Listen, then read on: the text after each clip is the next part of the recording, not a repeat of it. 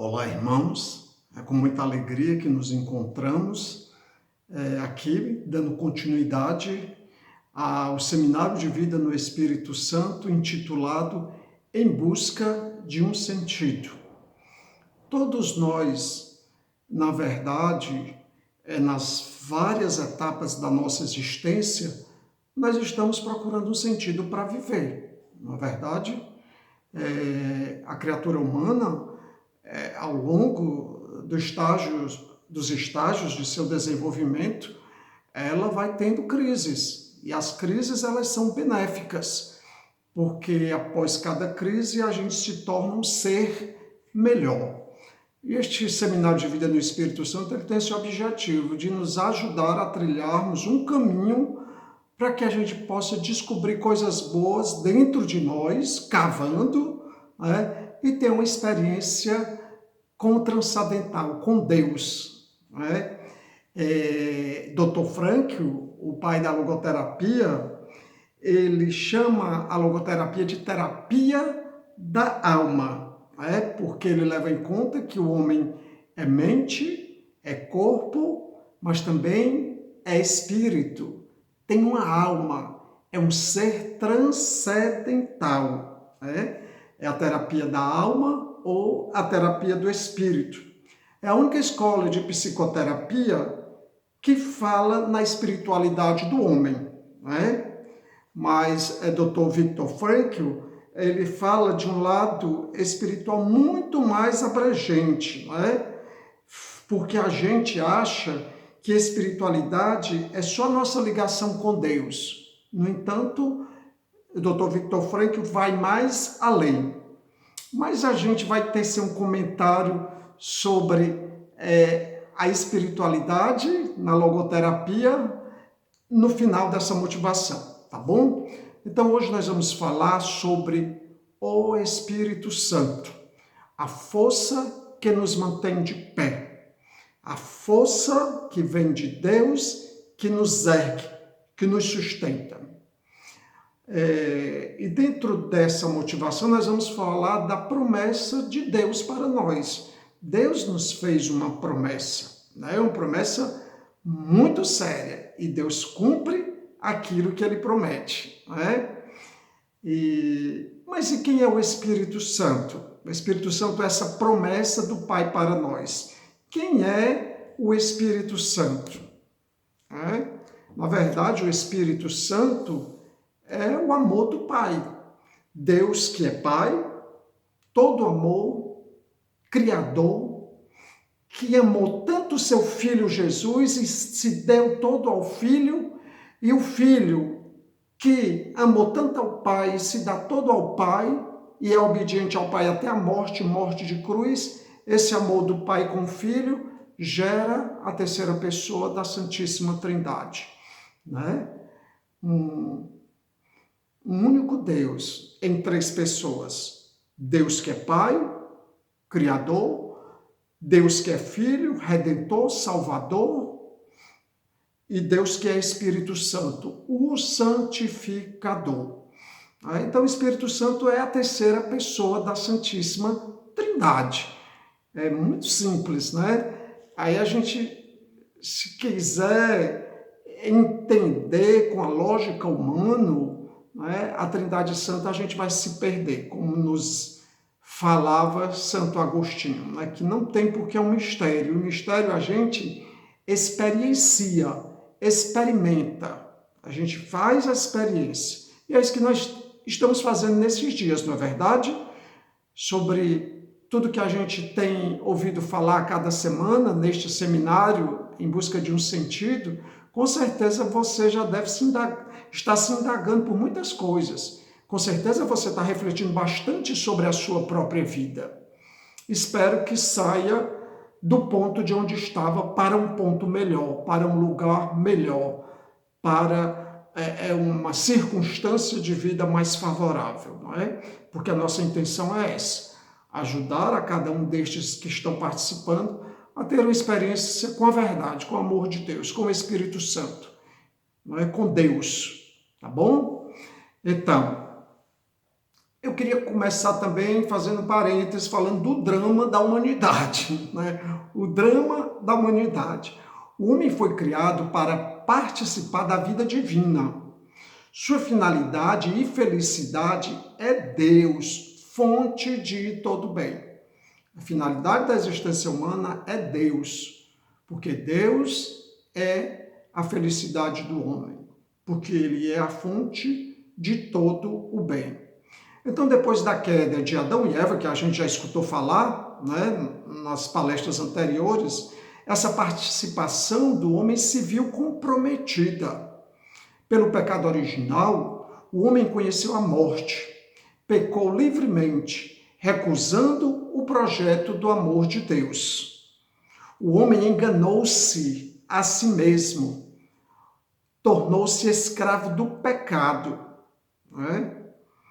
E Deus, incansavelmente, mas incansavelmente, chamou o homem a voltar-se para Ele, né, de 3 formas: por meio da lei, os mandamentos, as tábuas da lei que deu a Moisés, está lá no Antigo Testamento, através dos profetas, que foram tantos, né?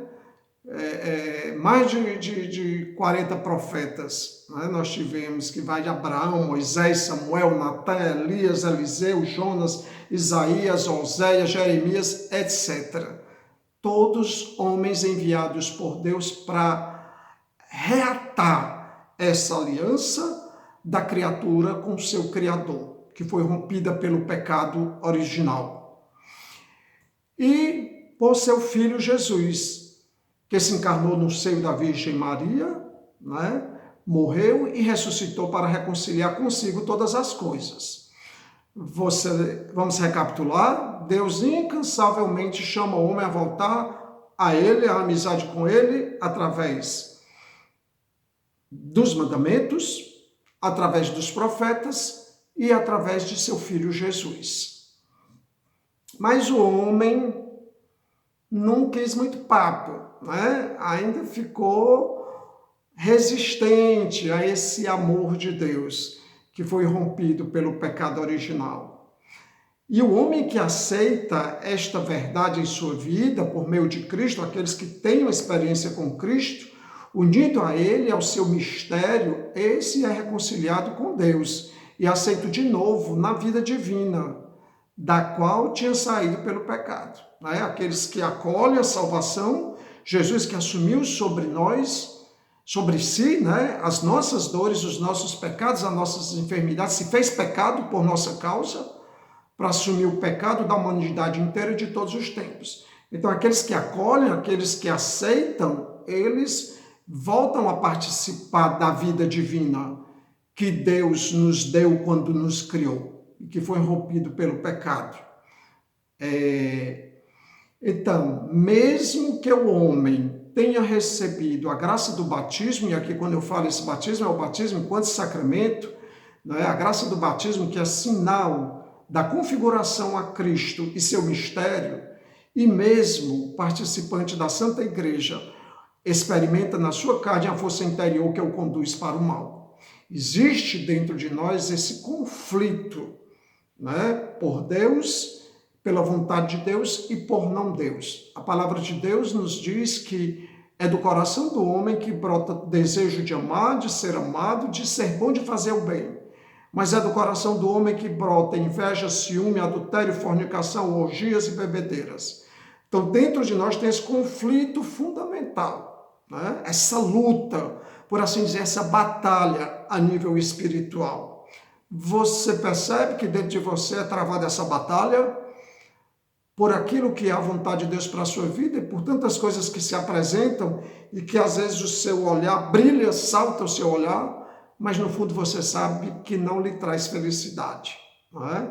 A gente sabe que a vontade de Deus é e será o melhor para a gente, é e será sempre amor. Eu queria dar um exemplo sobre isso de São Paulo.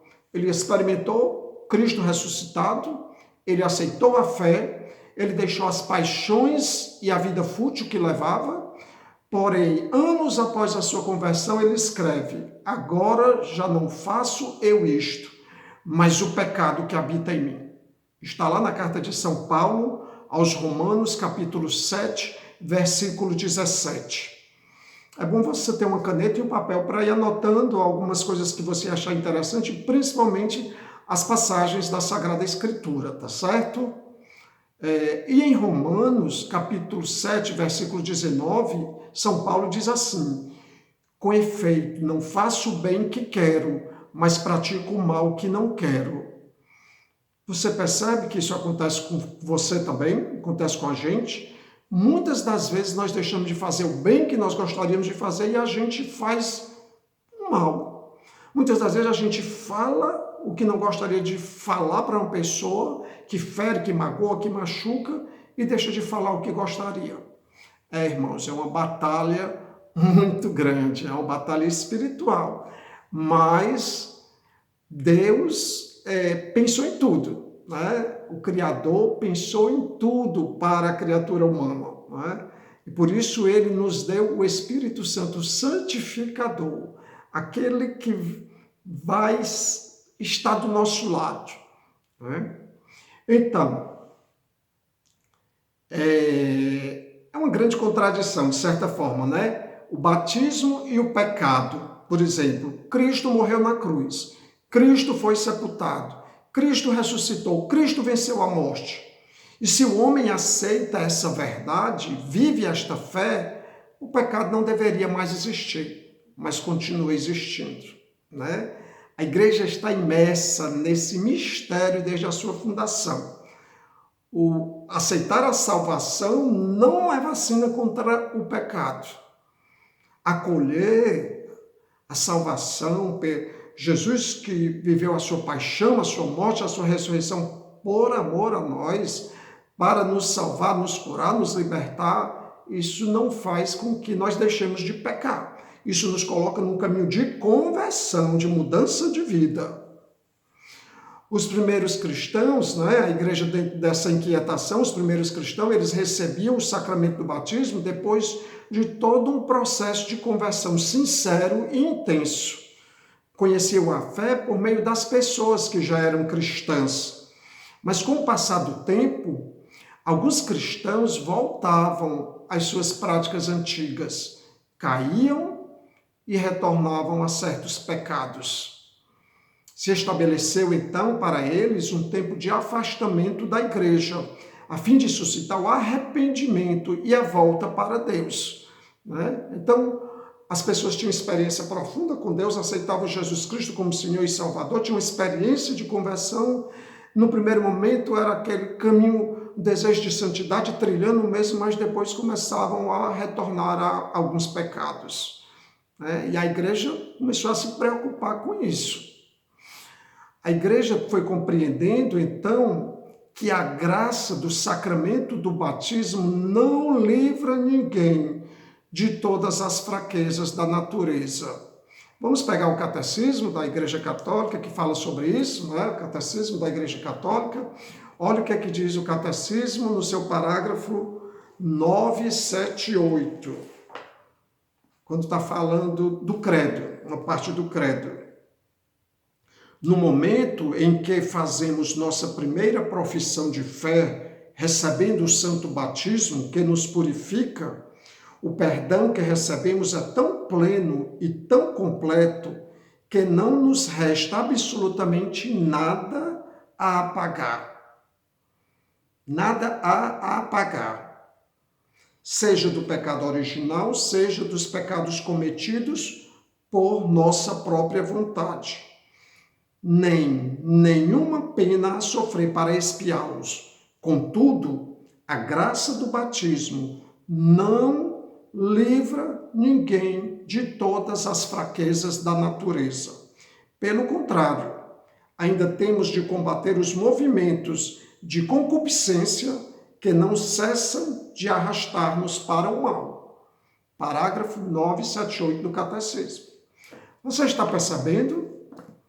Deus criou o homem, recapitulando rapidinho, a gente já ouviu nas palestras anteriores, mas é porque a gente precisa realmente encontrar o nosso sentido de vida, né? Nós somos convidados, através dessa experiência que estamos fazendo, a ir percebendo o sentido da nossa vida. Tem pessoas que não têm sentido para viver, né? Então, recapitulando, Deus criou o homem por amor e para amar.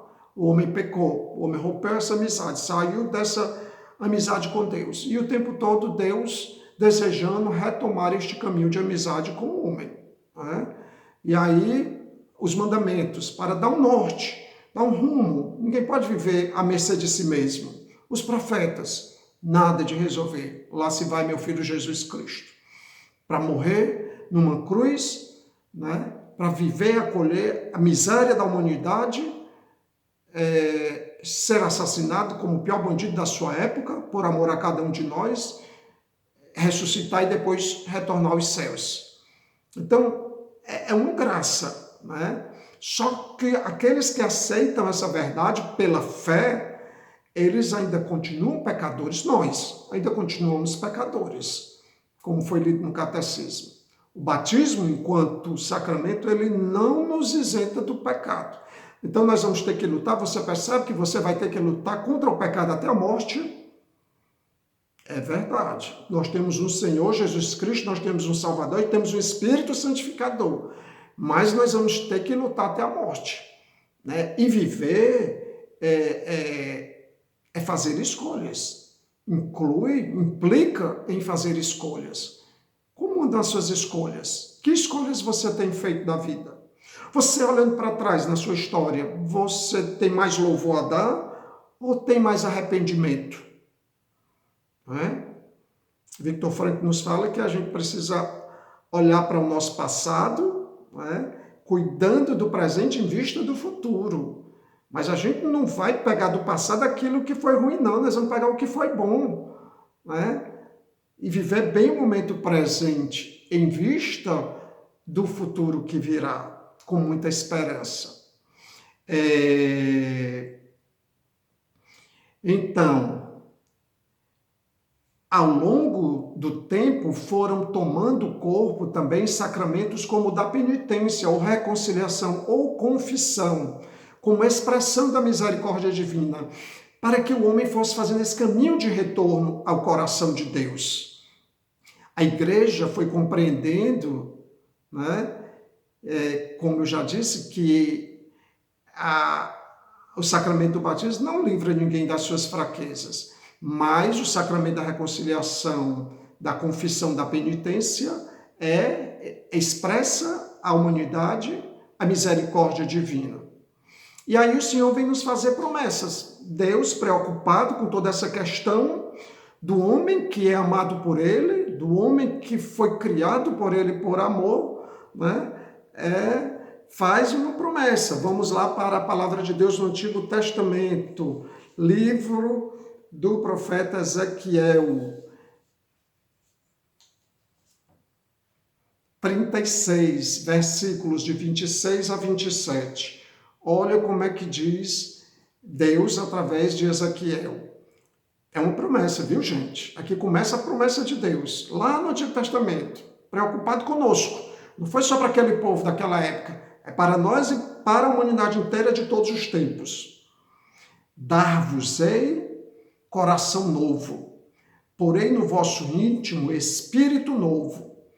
Tirarei do vosso peito o coração de pedra e vos darei coração de carne. Porei no vosso íntimo o meu espírito e farei com que andeis de acordo com os meus estatutos e guardeis as minhas normas e as pratiqueis. Palavra do Senhor, graças a Deus. Olha só que coisa, isso é uma declaração de amor de Deus. Vai dar um novo coração, vai pôr no nosso íntimo um espírito novo, vai tirar do nosso peito o coração de pedra e vai nos dar um coração de carne.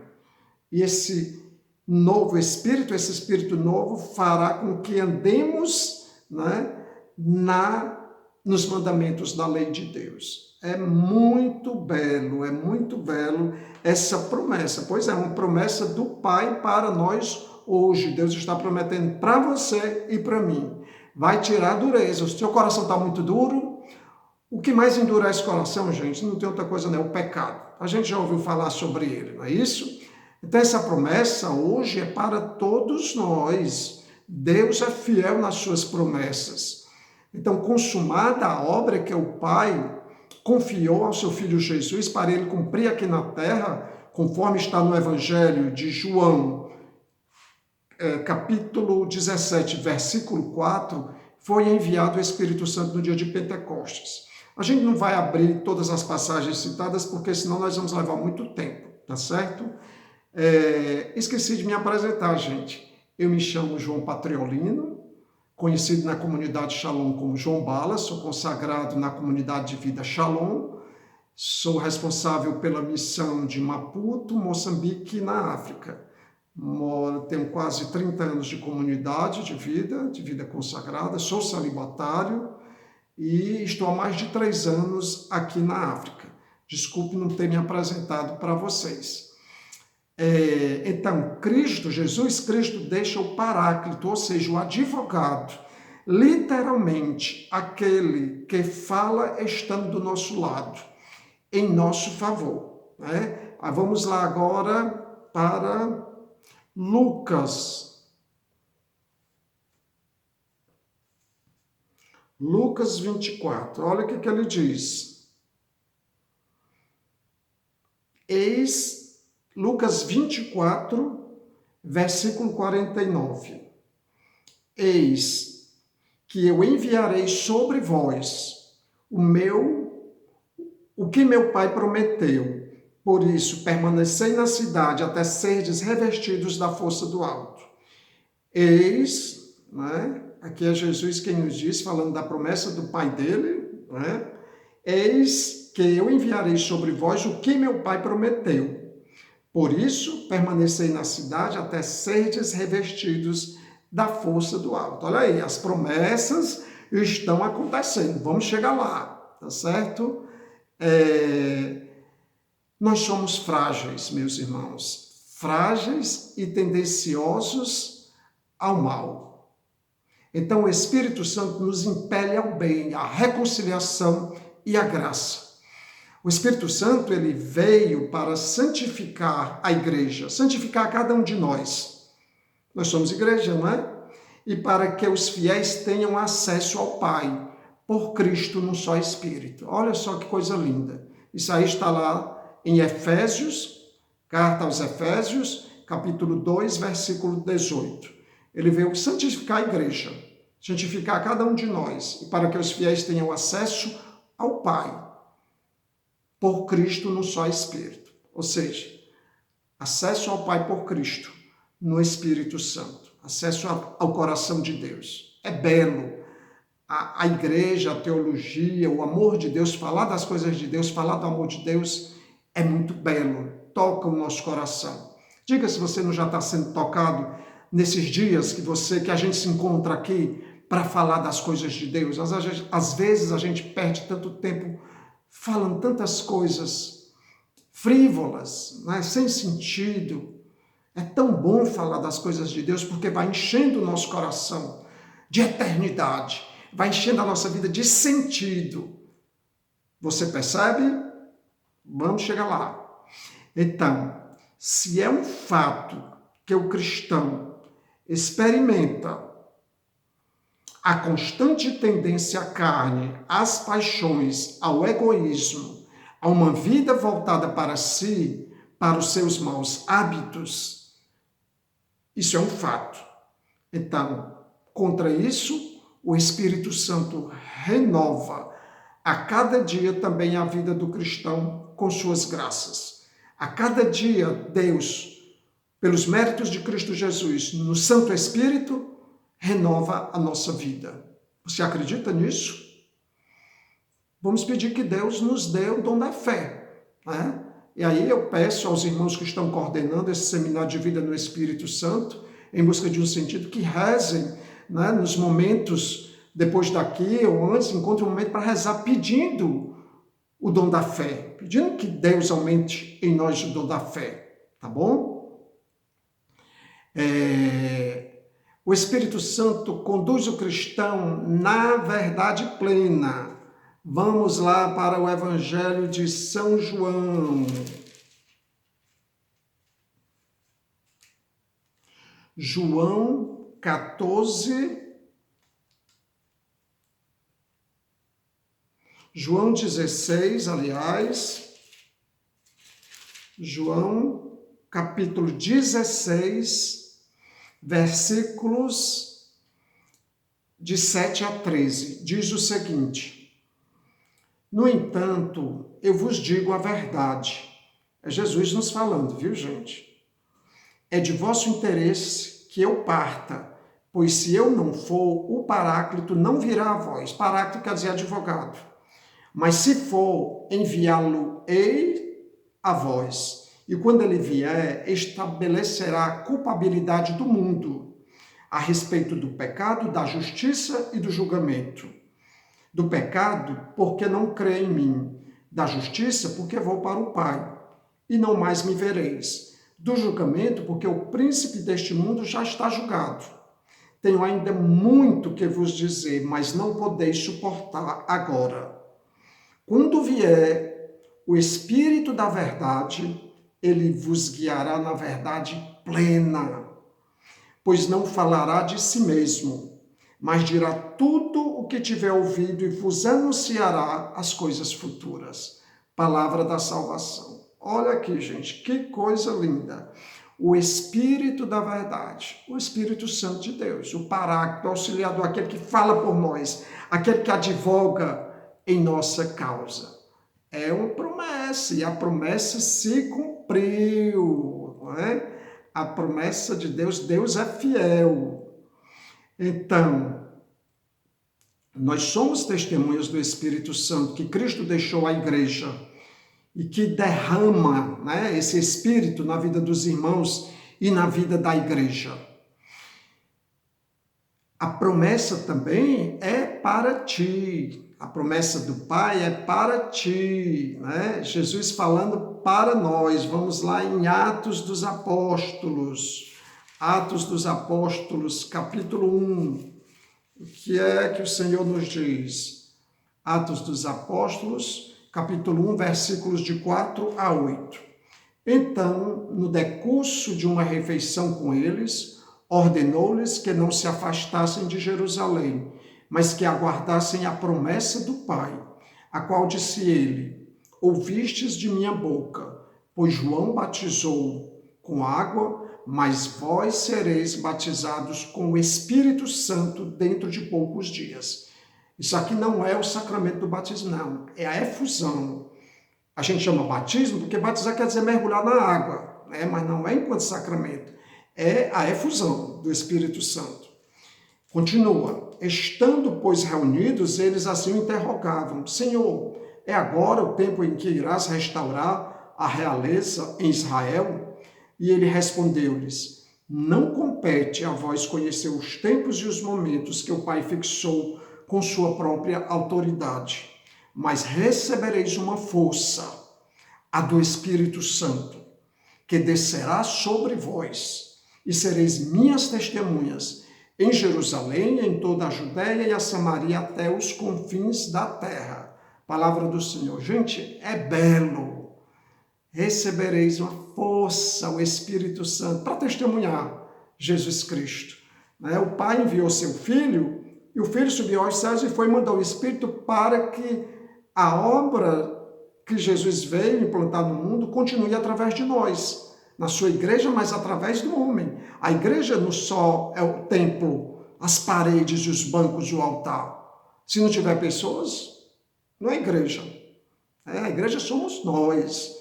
E essa obra de Jesus, ela continua através de nós. E por isso que Deus nos envia o seu Espírito Santo. Você está compreendendo? Você está entendendo o que você está vivendo nesse tempo, nesses dias, fazendo esse seminário de vida no Espírito Santo em busca de um sentido?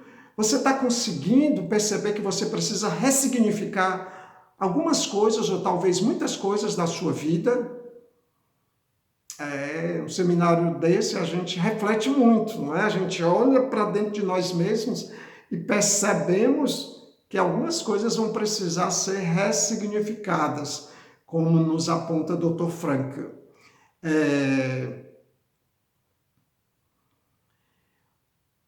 Olha só o que acontece mais àqueles que recebem o Espírito Santo, não é? Vamos lá. O que acontece com quem recebe o Espírito Santo? É muito forte.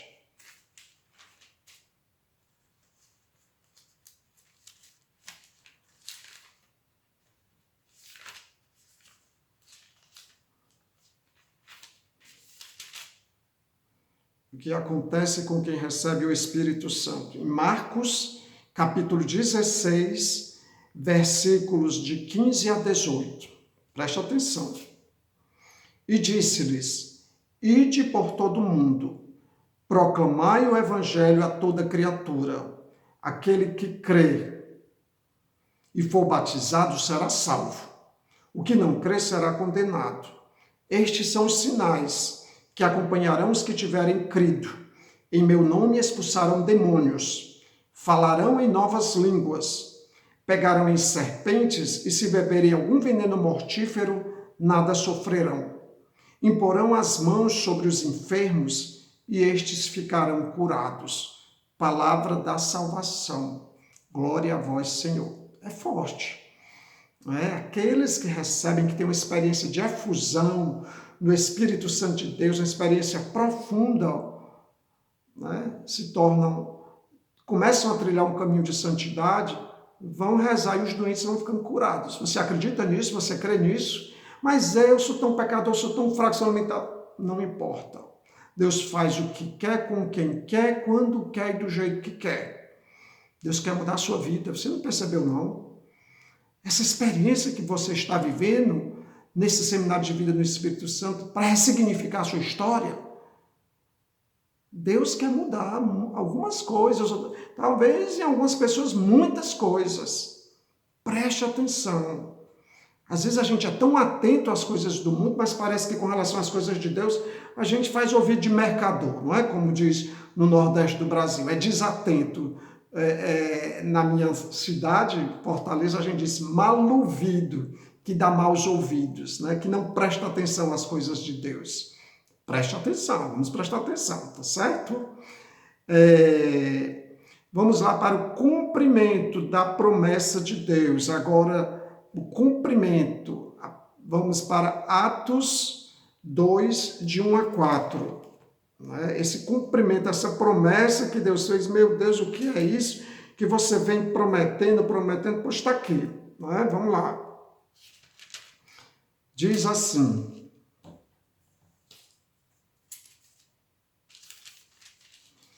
tendo-se completado o dia de Pentecostes, estavam todos reunidos no mesmo lugar. De repente, veio do céu um ruído, como o agitar-se de um vendaval impetuoso, que encheu toda a casa onde se encontravam. Apareceram-lhes então línguas como de fogo, que se repartiam e que pousaram sobre cada um deles. E todos ficaram repletos do Espírito Santo e começaram a falar em outras línguas conforme o Espírito lhes concedia que exprimissem. Palavra do Senhor. Então aqui foi a experiência de Pentecostes, a experiência fundamental. Como é que aconteceu? Jesus se encarnou no seio da Virgem Maria, como já foi dito, viveu como um de nós, 100% homem, 100% Deus, saído do seio da Trindade, mas encarnado e gerado no ventre da Virgem Maria. É o que a gente chama de união hipostática, 100% homem e 100% Deus. Morreu por amor a nós, assumindo nossa miséria, ressuscitou e depois subiu aos céus. E quando ele subiu aos céus, os discípulos começaram a ser, os apóstolos, a ser perseguidos pelos judeus. Pedro, João, Tiago, Madalena, a Virgem Maria, com certeza. Porque também queriam matar, temiam que a doutrina, que tudo que Jesus pregou continuasse. Eles tinham medo, não sabendo que era o Espírito Santo quem movia, já fazia todo o movimento, Você sabe que o Espírito Santo ele existe desde todo sempre. Deus que é Pai, Deus que é Filho e Deus que é Espírito Santo. Lá no Gênesis, na hora da criação, e Deus criou o céu, e Deus criou o mar. Na hora de criar o homem, façamos o homem à nossa imagem e semelhança. É o plural. Ali foi a Trindade Santa. Deus que é Filho, Deus que é Pai, Deus que é Espírito Santo. Né? Então, o Espírito Santo já estava, já fazia esse movimento. Né? Então, os discípulos estavam apavorados, com medo dos judeus. Os apóstolos, os 12, os 72 estavam assustados. Os 120, né? Os 120 já foi Pentecostes. E se reuniram com Nossa Senhora para que a promessa se cumprisse. O cenáculo, e disseram, vem Espírito Santo de Deus sobre nós. E o Espírito Santo veio sobre eles, como eu acabei de ler. E começaram a falar em línguas e ficaram cheios do Espírito Santo. E aqueles homens que outrora estavam apavorados, depois da experiência de Pentecostes, depois que o Paráclito veio sobre eles, se tornaram pregadores intrépidos. Pedro era analfabeto, semi-analfabeto, não sabia nem falar. Fez um discurso para 3.000 pessoas, converteu 3.000 pessoas logo após o Pentecostes, sem contar mulheres e crianças. Um iletrado, porque estava cheio do Espírito Santo. Mas era um covarde. Há algum tempo atrás, bem pouco tempo atrás, negou Jesus. Pois se tornou um pescador de homens, um evangelizador, não é? Um homem que foi capaz de dar a vida por amor a Jesus. Que coisa linda, não é? Pois é isso que Deus faz com a gente. E nesse tempo nós estamos nos preparando também para a gente ter essa experiência de batismo no Espírito Santo, que não é o sacramento, mas é uma efusão, é um mergulho profundo no Espírito Santo de Deus. Você quer fazer essa experiência, sim ou não? Deseja ter essa experiência de um mergulho profundo no Espírito Santo? Tem gente que tem medo das coisas de Deus. Tem gente que tem medo do Espírito Santo. Não tenha medo, não. A gente tem que temer o pecado, é o mal, é a desordem. As coisas de Deus vão nos reconstruir como pessoas, vão nos devolver o sentido de existência, vão nos ajudar. Não tenha medo de Deus, tá certo? Então, esses efeitos, né, são muito importantes. Eu me lembro, o meu primeiro seminário de vida no Espírito Santo foi há muito tempo atrás, né? Eu fiz no começo da comunidade Shalom, já foi o meu segundo, em 1983, mas o primeiro mesmo eu fiz em 1980, bastante tempo, não é? E quando eu tive aquela experiência do Espírito Santo na minha vida, no meu coração, eu pegava a Bíblia e começava a entender. Vixe Maria, eu não entendia nada. O Apocalipse, linguagem toda figurada. Comecei a perceber, a entender as coisas. É muito interessante essa experiência com o Espírito Santo, porque parece que o nosso coração ele se abre às coisas de Deus. Você começa a ter posturas e condutas diferentes, né? Você muda para melhor, no bom sentido. O relacionamento em casa, relacionamento com amigos, pessoas que eu precisava perdoar, né? O desejo de rezar, uma sede por rezar, sede de ler a palavra de Deus, de mergulhar e entender. Meu Deus, agora eu entendo. Aquilo que antes eu não compreendia, agora eu entendo, né? Um desejo muito grande de querer fazer a vontade de Deus, ter paciência em certas situações, né, desafiantes da minha vida. Eu trabalho muito com jovem na comunidade. É muito interessante que as pessoas dizem que eu tenho carisma com a juventude. Não é um carisma humano, porque humanamente falando, eu não sou paciente. Mas é impressionante. As pessoas me veem com jovens, eu trabalho muito com dependente químico também. E as pessoas dizem, olha, né, os jovens, carisma de jovem, é o Espírito Santo de Deus em mim, na minha vida. Né? Porque ele vai transformando todas as coisas.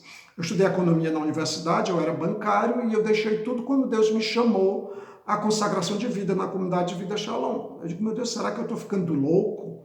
Mas eu nunca tive tão sóbrio na minha vida quando eu tomei essa decisão. Sou muito feliz. Né? Vou fazer já, estou perto dos 30 anos de vida consagrada, tenho 56 anos de idade. Então, é mais da metade da minha vida, né? Já consagrado a Deus. E sou muito feliz, faria tudo de novo. Não me arrependo de nada, porque o Espírito Santo de Deus mudou a minha vida. A experiência com o amor de Deus transformou a minha vida. E por isso que tantas bênçãos aconteceram na minha vida, de maneira pessoal, e na vida da minha família. Você compreende isso? Não se assuste, não. Não estou querendo assustar você, não é? Não quer dizer que Deus vai chamar você também a deixar tudo, entrar numa comunidade. A vocação é Deus quem dá, é o chamado de Deus e resposta do homem. Tá certo? Não se assuste. Então, o que é que eu vou precisar fazer, João, para receber o Espírito Santo? Para ter essa experiência que você está dizendo aí. Essa experiência, assim, de salvação, de renovação, de conversão, de desejo de fazer a vontade de Deus, de ser de Deus, de ir à missa. Gente, eu ia à missa e não entendia nada. Senta, levanta a joelha, o padre levanta a hóstia, o cálice, nada. Depois do seminário de vida eu entendia tudo. Não precisou ninguém me dizer não. Não precisou ter aula não de liturgia. Eu comecei a perceber as coisas de Deus. Amizade com Nossa Senhora, meu Deus, o terço, rezar o terço, vontade de rezar o terço, o rosário, as devoções marianas. Assim, muita coisa vai mudando na vida da gente para melhor. Uma experiência muito bela de salvação. E quanto mais a gente se aproxima de Deus, mais a gente percebe o quanto longo é o caminho, não é? Quanto mais a gente reza, mais vai percebendo a vontade de Deus, mais a gente vai percebendo quem nós somos, né? As nossas fraquezas, os nossos limites, as imperfeições, os pecados. Mas Deus está conosco. A força do alto, o Espírito Santo, o santificador, Deus nos sustenta através do seu Espírito. Esse tempo de pandemia, né, em que a gente está tão fragilizado às vezes, você tem um Deus que cuida de você. Deus, Jesus foi ao céu e ele foi muito sábio. Deixou um jeito de ficar presente na Eucaristia, na Sagrada Comunhão, né? Mas também pelo poder do Espírito Santo, né? A terceira pessoa da Santíssima Trindade. Então nós temos a Deus aqui na terra. Nós não estamos órfãos. Jesus, quando subiu aos céus, vocês não vão ficar órfãos, não. Vai vir o Espírito, o Paráclito. Não está só. Você, meu irmão, não está sozinho. Você, minha irmã, não está sozinha. Talvez em alguns momentos da vida você já foi tentado a pensar isso. Mas você não está sozinho, você não está sozinha. Não é? Então, o que é que precisa fazer? Somente abrir o coração, desejar receber. E abrir o coração para que Deus opere, para que Deus derrame o seu Espírito Santo em nós. Então, como está a nossa disposição para acolher este dom que é o Espírito Santo?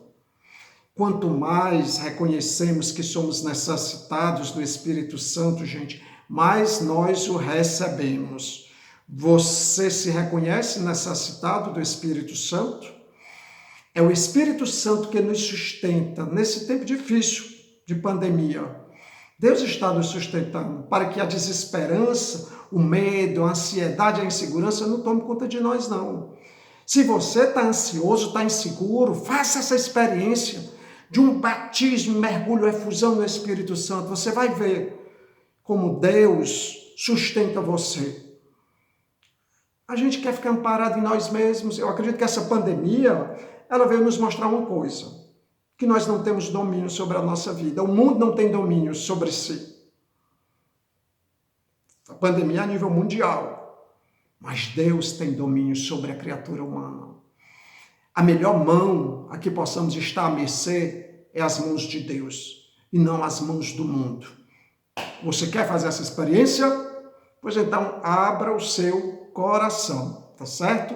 O Espírito Santo de Deus, ele gera em nós também o desejo de santidade, o desejo de fazer a vontade de Deus, e às vezes é desafiante fazer a vontade de Deus, muitas das vezes, na verdade, porque a gente quer que a nossa vontade prevaleça, mas a vontade de Deus é e será sempre amor, é o melhor para nós, né?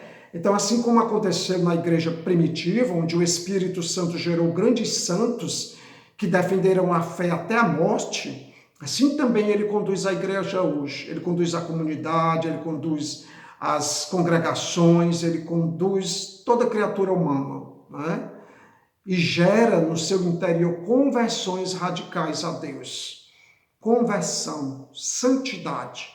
O homem precisa só abrir com sinceridade uma pequena fenda do coração para que Deus desça e habite nesta alma. O Espírito Santo deixa em nós uma marca que não se apaga. Como dizemos, os santos, né? Como dizem os santos, ele deixa uma ferida de amor. Deus quer lhe ferir, mas é ferir de amor. Não é? Deixar você inebriado, inebriada de amor, cheia do Espírito Santo. Sustentáculo, a força do alto, o santificador, o consolador, aquele que fala por você, o advogado. Você quer? Sim ou não? Eu queria ler, nem vou ler não, né? Você anote aí, Atos, capítulo 3, versículos de 1 a 9. Depois da experiência de Pentecostes, eles foram para o templo, né? Então, quando chegaram lá, um aleijado disse, me dê uma esmola. Aí Pedro olhou para aquele homem e disse, ouro e prata eu não tenho, mas o que eu tenho eu te dou. Em nome de Jesus Cristo, levanta-te e anda. E a palavra de Deus diz que o aleijado levantou, foi pulando, saltando e louvando a Deus. Olha aí, Pedro curando o aleijado, milagre, né? O homem não tinha como andar. Levanta-te e anda em nome de Jesus. O covarde outrora, o assustado, né? É muito interessante também que lá em Atos 5, capítulo 5, versículos de 12 a 16, diz que as pessoas se colocavam na sombra de Pedro para serem curadas, porque até a sombra de Pedro curava. Pois é, a sombra de Jesus nunca curou ninguém. Mas ele não disse na sua palavra que aqueles que crerem farão obras maiores do que as minhas? Pois é, a fidelidade